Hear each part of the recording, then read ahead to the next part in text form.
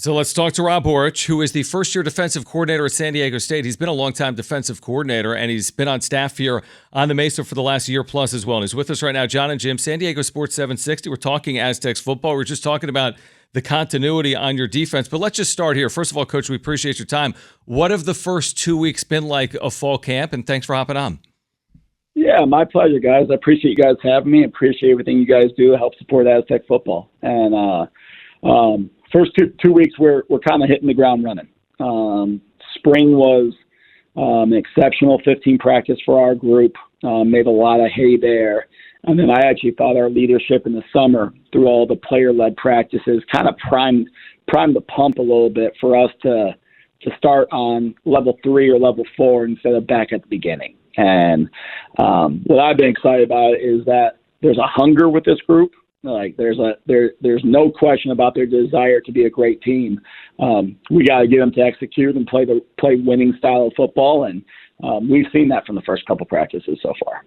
And we know with the way that college football is, NIL, transfer portal, all of that, to retain as many players as you guys did, especially on defense, is such a huge thing for any college football team in the country. But for you guys, starting out new last year, first year here on the Mesa, getting those players that contributed last year, I'm sure that played a huge role into what you said, as you guys hit the ground running this offseason into training camp.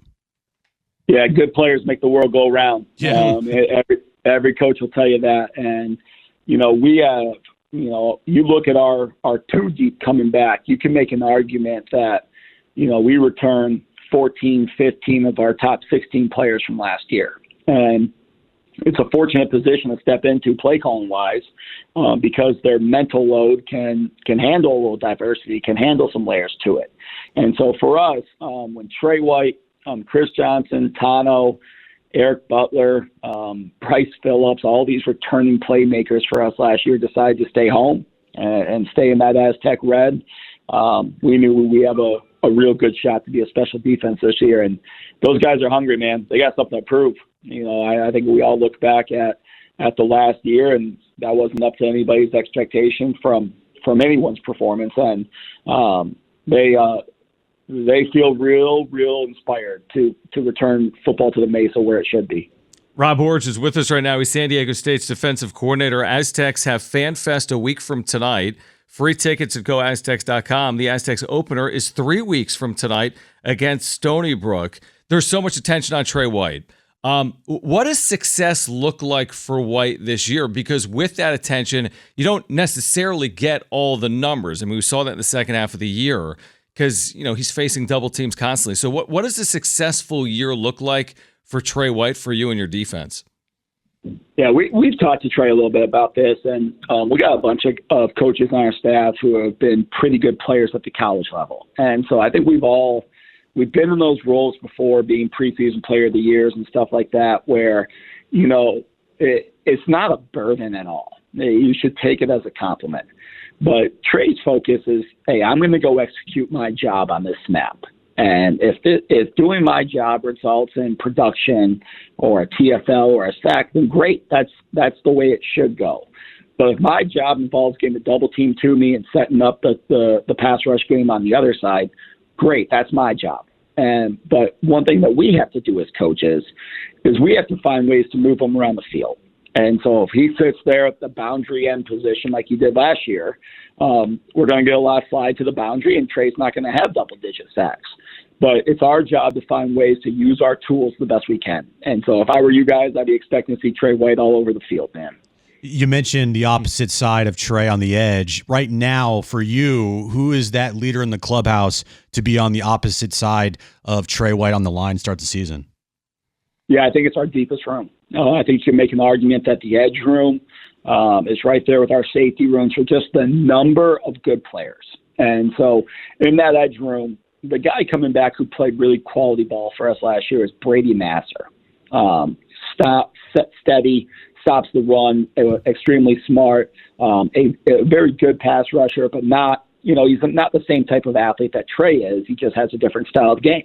And the two guys that have kind of shown out pass rush wise is a transfer kid from FIU named August Salvati, who's got 2 years left, who has a ton of horsepower, can really run off the ball, one of those Joey Bosa type defensive ends. That's who he reminds me of. That's a hell of a compliment to play that kid.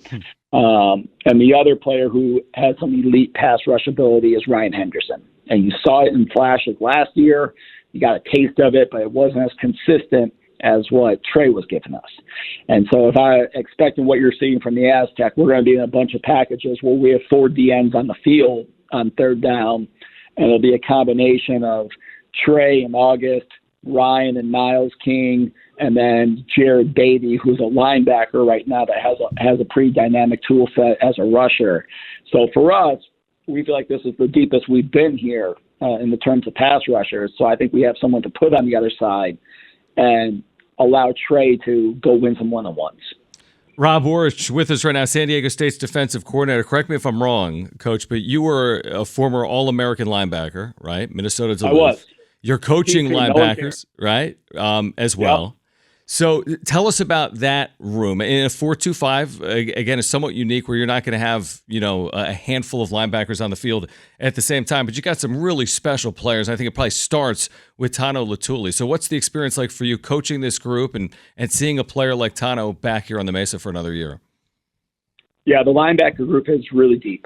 There's 6 guys right now we would feel comfortable putting in the game. But the 2 guys that spearhead it are Tano Latuli and Owen Chambliss. And Owen has some NFL tools. A little bit beat up last year. Owen is a guy that I think you're going to hear a lot from this year. I think when it comes to processing football, he does it at an elite level. Reminds me of a kid named Jack Cochran who played for me. That's with the Chiefs now. I'm really proud of where he's at and where he's physically got his body to. He looks like an NFL guy. I think he's going to have a big year. Tano's the emotional heartbeat of this team. I think Chris and Trey are leaders, and Tano's in that same fold. But the emotional steadiness comes from Tano, his passion for the game. And Tano is as violent as they come, has tremendous acceleration.